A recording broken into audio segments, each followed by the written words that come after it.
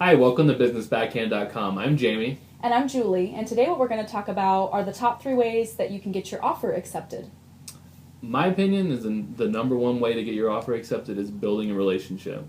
Whether that be the listing agent or the listing agent's assistant, this is a relationship business, and having a relationship with someone or ruining your reputation as a buyer's agent is very important. So let me ask you a question, Jamie.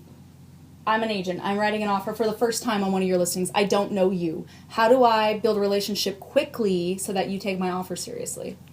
Probably call and talk to us about what we're looking for or what we need before you ever even submit the offer. Okay. That's one good way to start. Find out if there are other offers or what you could do to be better. Just call and build some sort of rapport or something instead of just blindly faxing an offer and praying that somebody accepts it. Okay, and that actually takes me to point number 2, which is hand deliver your offer. Right now in this business, so many people they're writing offers hysterically and just emailing, and agents like Jamie are getting overwhelmed with tons of offers. So if you really want to make an impact, hand deliver your offer and have a conversation with the assistant or with the listing agent. And if you want to take it a step further, try writing a note. Have your buyer write a note as to why this is the perfect house for them. And I've even seen people do videos. Their buyers film videos and send that into the listing agents. We're seeing that a lot.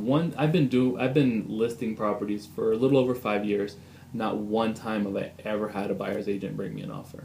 The Really? videos, yeah, it's crazy. The videos and the letters, I've started to get a lot more lately. I've even had where kids sign the letter in crayon, or they had a family portrait, or things like that. It makes an impact, but never has anyone hand-delivered an offer. I can tell you, I had someone hand deliver an offer to me one time, and I was, I'll be honest, pretty annoyed by it. It interrupted my day.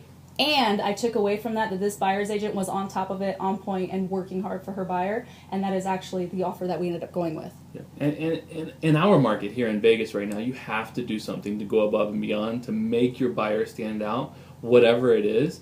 Otherwise, you're just writing offers for practice.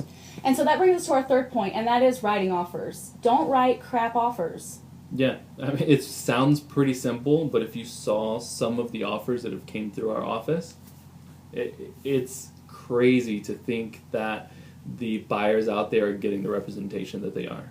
So educate your buyers on the market, pull comps, make sure you're filling in the blanks. It makes it difficult for listing agents to present offers that aren't complete, and it adds a little more frustration into their job when they have to call you to finish your offer for you. Yeah, we have an unwritten rule in our office that if the counteroffer has to be more than 1 page, we probably shouldn't be accepting that offer. That's interesting. So if we have to correct 2 pages of mistakes, we're probably going to recommend that our seller doesn't accept it. That's very interesting. So top 3 things you can do: build relationships, Hand deliver. hand deliver, write decent offers that are thorough.